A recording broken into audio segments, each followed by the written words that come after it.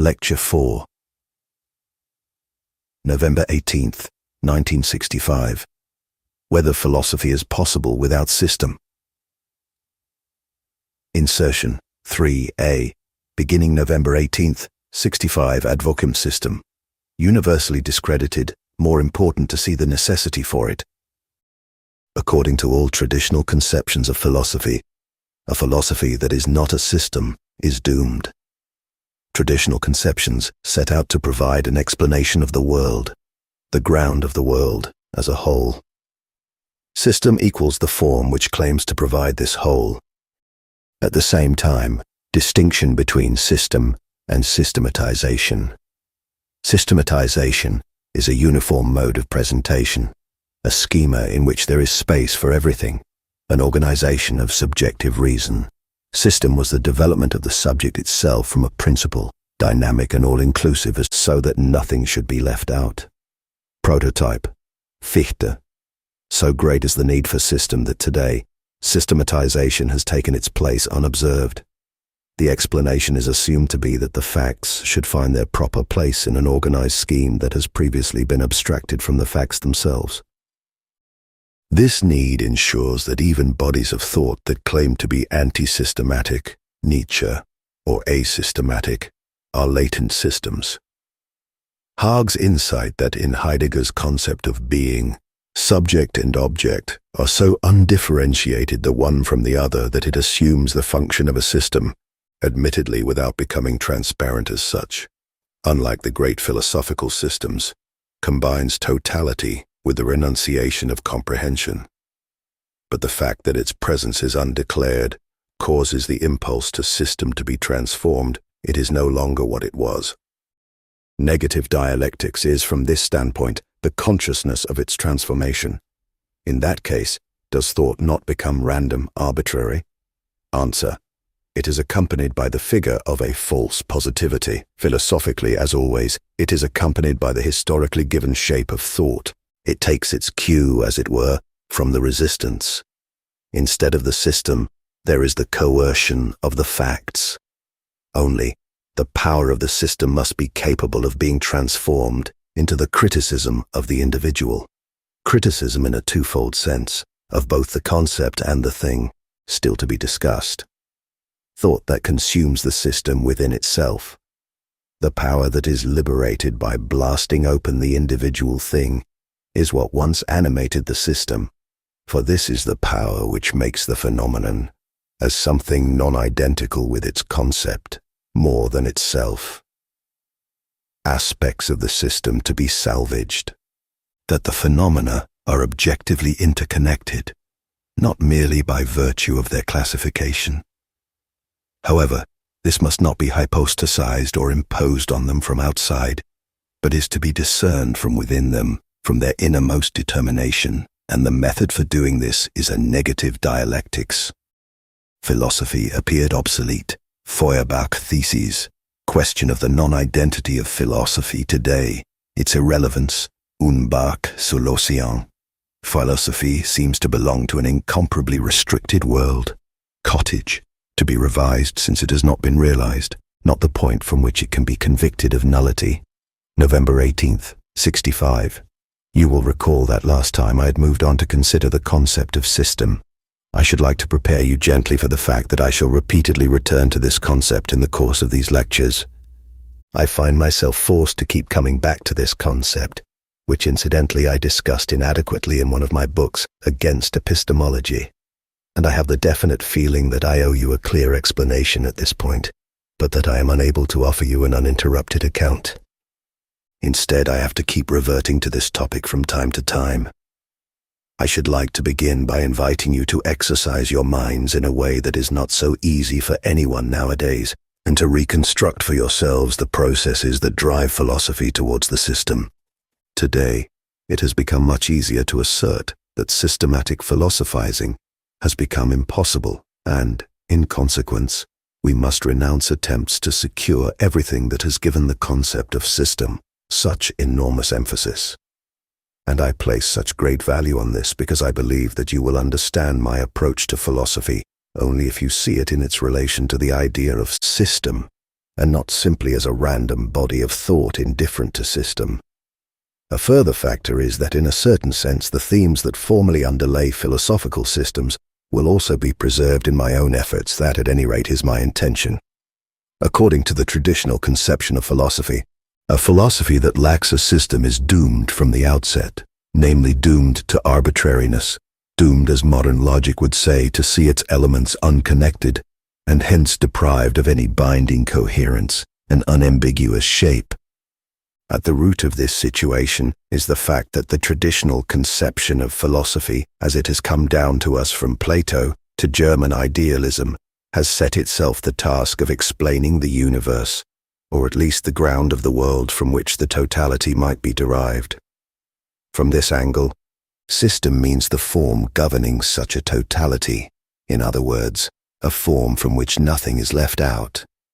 Accordingly, the philosophical conception of system is extraordinarily ambitious, so ambitious that it almost coincides with the ambitions of philosophy itself. In order to make sure that we understand one another, we ought to clarify the distinction between system in this emphatic sense of the word and the thing that has largely come to replace it, namely the systematization of thought. By systematization I understand, and I believe that this is not just playing with words, but describes something that corresponds to the facts of a systematic presentation today. By systematization, I understand a unified form of presentation. In other words, a scheme in which everything that belongs to the subject matter concerned, or to the philosophical topic, if that can be regarded as a subject area, finds its place, the proper place belonging to it. It is therefore an organization of subjective reason. Perhaps the best known and most effective type of such a systematization today is the functional structural theory of society developed by Talcott Parsons, a theory that has come to exercise such an extraordinary influence on sociology. I am not concerned here with the sociology, but with the structure of such thinking, which resembles a plan or reference system that can be designed and in which every conceivable phenomenon can be readily accommodated. It seems to me highly significant that at this very moment we should find ourselves in a situation where what we can describe as a genuine philosophical system, that is to say, the development of an objective reality, an ostensible being in itself from a unified standpoint, that this should be supplanted in great measure by what we may think of systematizations. I take this as a sign that the need to create systems is far greater than the discrediting of the idea of system by philosophers might suggest. And it is this that compels us to examine the concept of system in greater depth. Thus, what I have in mind here is system in the strong, properly philosophical sense, as opposed to this concept of systematization, an organizational schema of subjective reason, a schema that can be created by a process of classification. System in this philosophical sense is the development of the fact from a principle in a dynamic manner, in short, as a development, a movement that draws everything into itself, that takes hold of everything and is itself a totality. It claims objective validity such that, as Hegel would put it, nothing between heaven and earth can be conceived of as being outside such a system.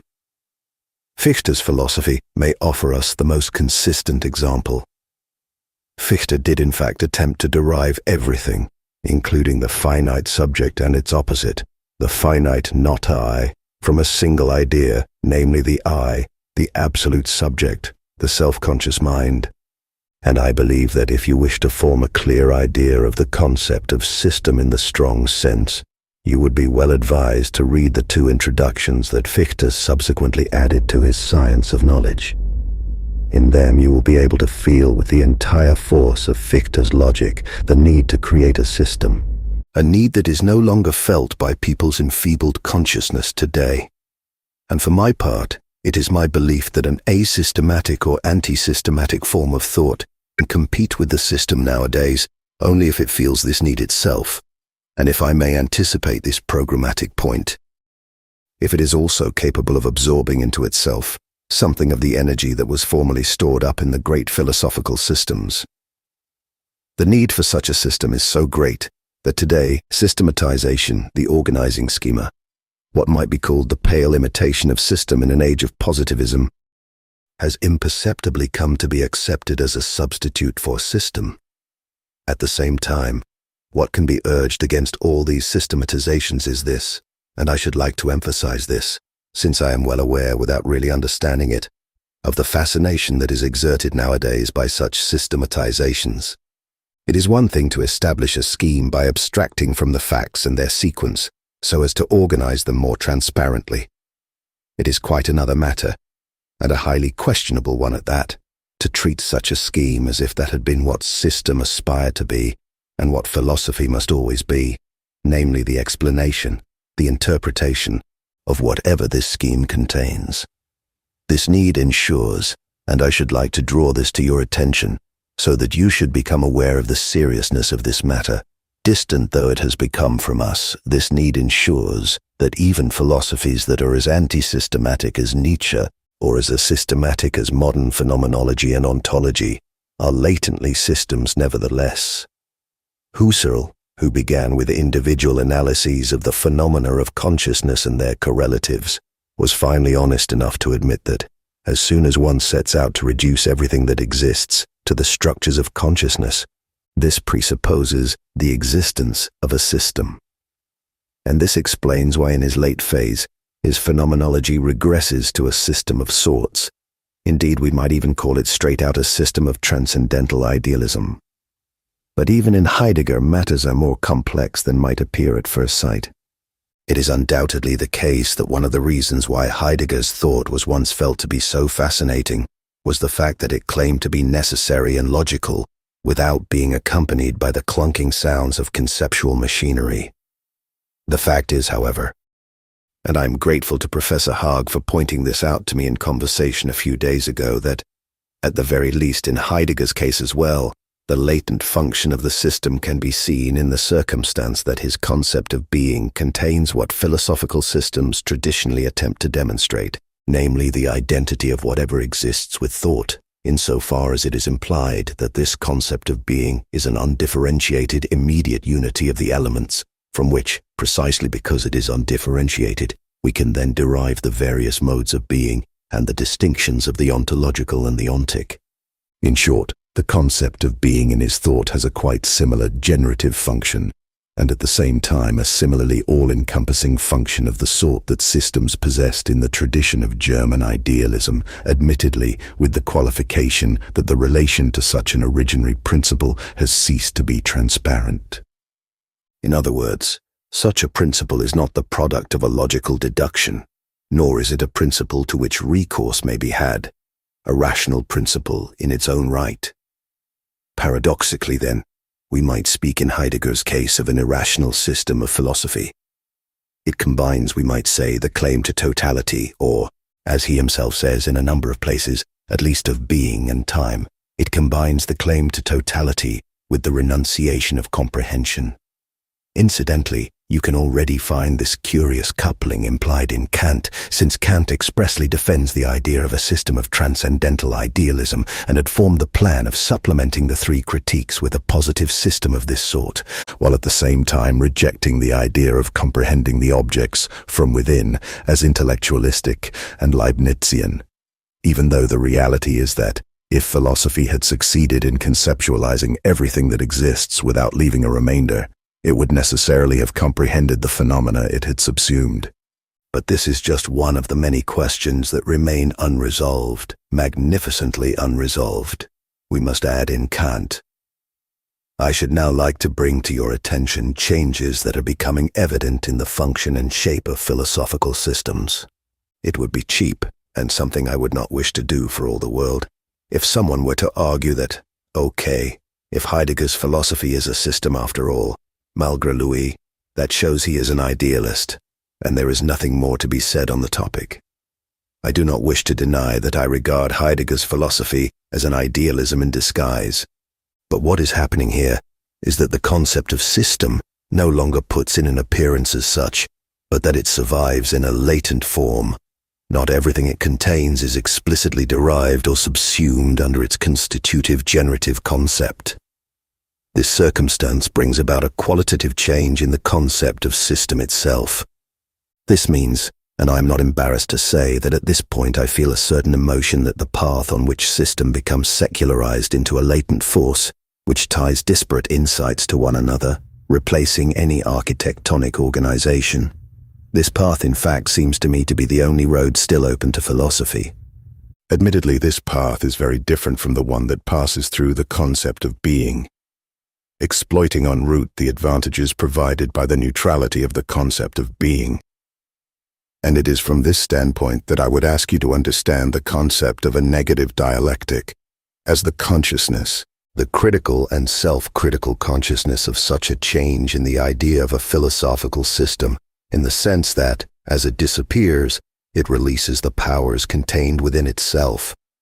This is along the lines of what we may say of theology, since in this latter case the process of secularization released the idea of the system as the idea of a coherent, meaningful world. After hearing what I have been saying, you may be less inclined to regard the question of whether philosophy can be anything but a system as purely a matter of antiquarian or academic interest.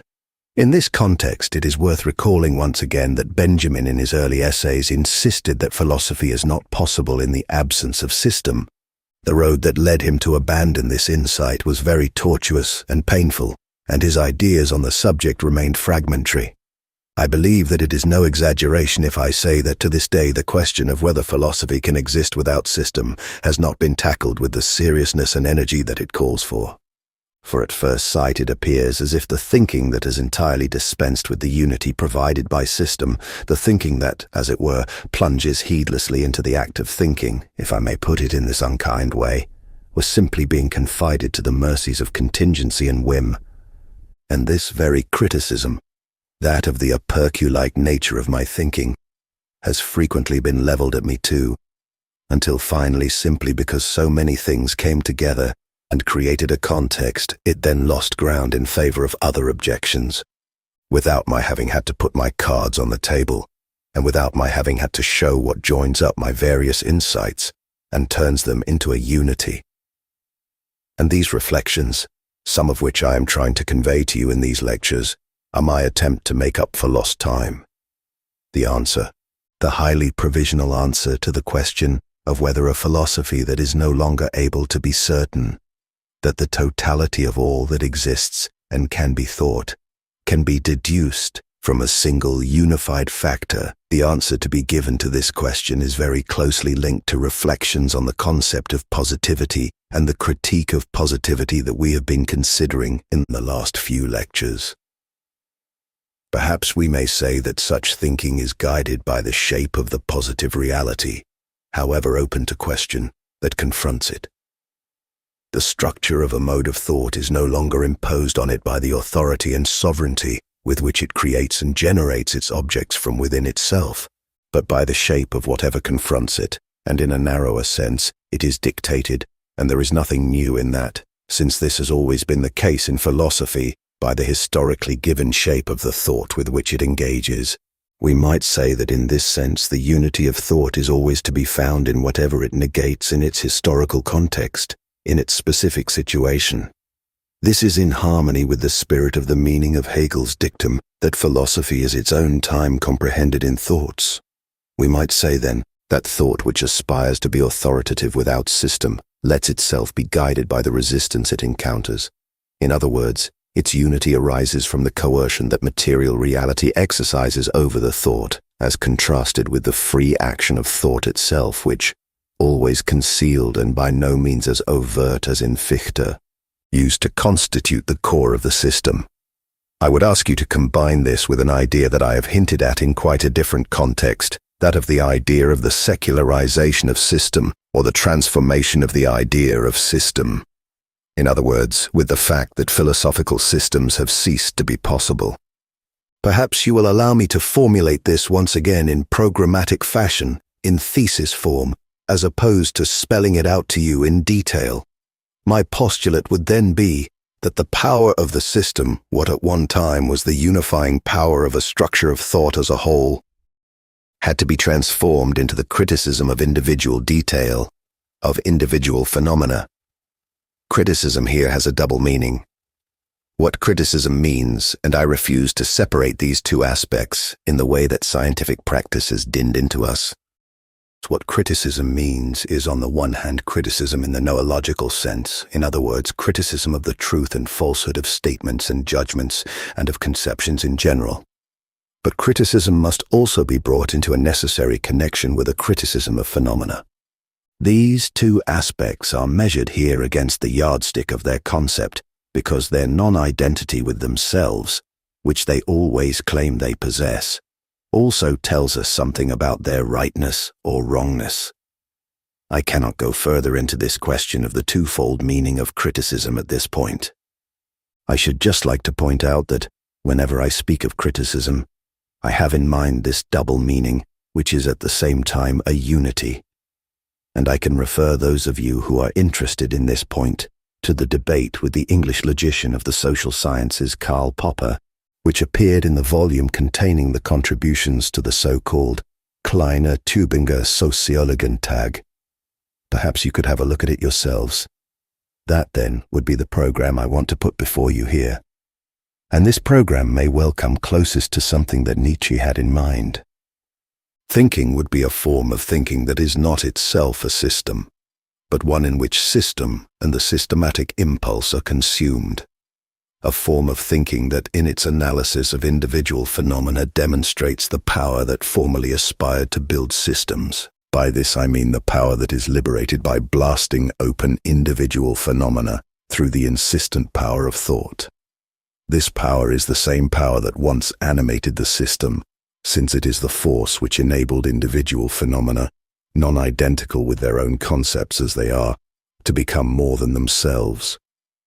This means that something of the system can still be salvaged in philosophy, namely, the idea that phenomena are objectively interconnected, and not merely by virtue of a classification imposed on them by the knowing subject. However, we should not hypostasize this interconnectedness. In other words, we should not turn it into an absolute, nor should it be imposed from outside, since it is to be found in the phenomena, in their inner determination. And negative dialectics, insofar as it is a method, and it is only a method in one of its aspects, should help us in this task. Ladies and gentlemen, at this point I expect, quite apart from the fact that all of this is necessarily programmatic in character, but I have to present you with my program so that I can persuade you of the necessity of the steps by which it can be fulfilled. At this point, then I expect that you will all want to raise an objection. You will all want to say, aren't you being rather naive in expecting philosophy to deliver something of which it is no longer capable? In the age of the great systems in modern times, let us say from Descartes to Hegel, the world possessed a certain visibility. I must add that there was something of a discrepancy between this visibility and the clarity of these systems. I need mention only the infinitely complex Hegelian system. Even so, the fact is that these systems came into being in a world in which people knew their way around.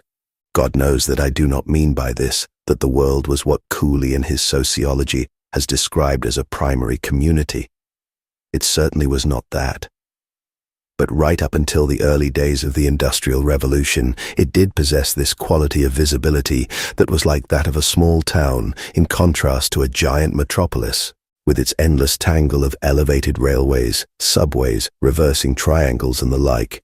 And I believe that, if we approach philosophy with the sort of claims that I am making, it is our duty to become aware of a certain naivety. This consists in the fact that, in general nowadays, in the models it applies to reality, philosophy behaves as if the visibility of existing circumstances allowed it to survey all living creatures and subsume them under a unifying concept. This is something it still takes for granted. We might say then that there is an element of provincialism in philosophy today. In the same way, it is a sign of the times that whatever resists the general trend, whatever does not allow itself to be prescribed to, has a certain naivety and backwardness about it, even if it likes to represent itself as progressive and advanced. In this respect, the provincial elements that I have highlighted in the jargon of authenticity are no mere accident, but are to a certain degree integral to the subject itself, because the traditional conception of philosophy can only be validated if thinking behaves as though it still inhabited the traditional society in which philosophy was able to function. However, once we have recognized the pressures on philosophy to remain provincial, a situation I described in the jargon of authenticity far less forthrightly than was necessary, we find ourselves confronted with a dual obligation. On the one hand, we must cast off our provinciality. In other words, we should cease to speak as if we could explain a substantive world from within itself, as Hegel believed he was able to do, given that this world's substantiveness has long since slipped out of the reach of the philosophical mind.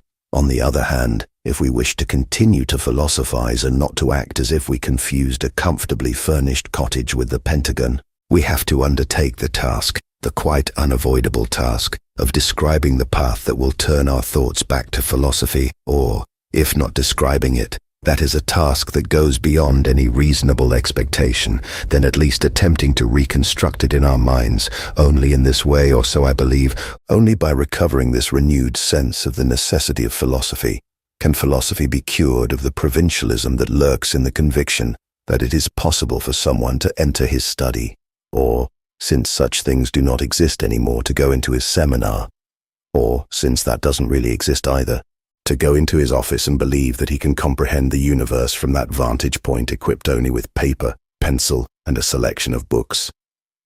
I do of course believe that a thinker who fails to rise to this challenge has a priori absolutely no raison d'etre at all, and I believe further that positivist schools of thought that resist philosophies which reject this challenge are in the right.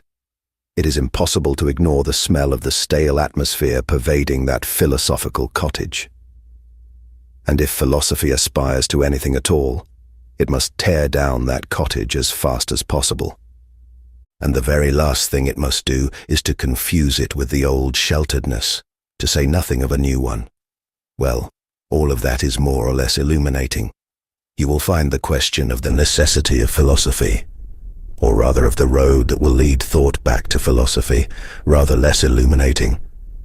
I believe that my best course will be to remind you of the position that with some justification has been regarded as one possible end of philosophy. I am thinking here of Marx's theses on Feuerbach, the most famous of which goes, "The philosophers have only interpreted the world in various ways. The point is to change it." On the one hand, this sentence has placed handcuffs on philosophy, with its suggestion that philosophy is nothing more than ideology.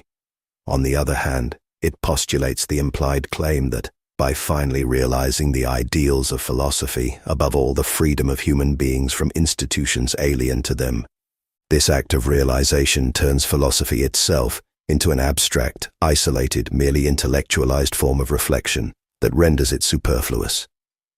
And in the tradition I come from myself, insofar as it is a tradition of critical philosophy, this was a very essential motif.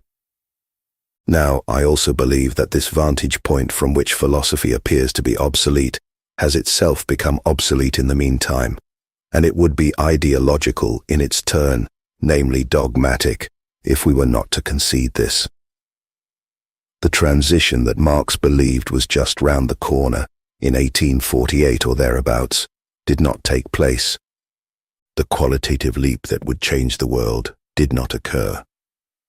And the proletariat failed to constitute itself as the subject-object of history, as it was supposed to according to Marx's own theory.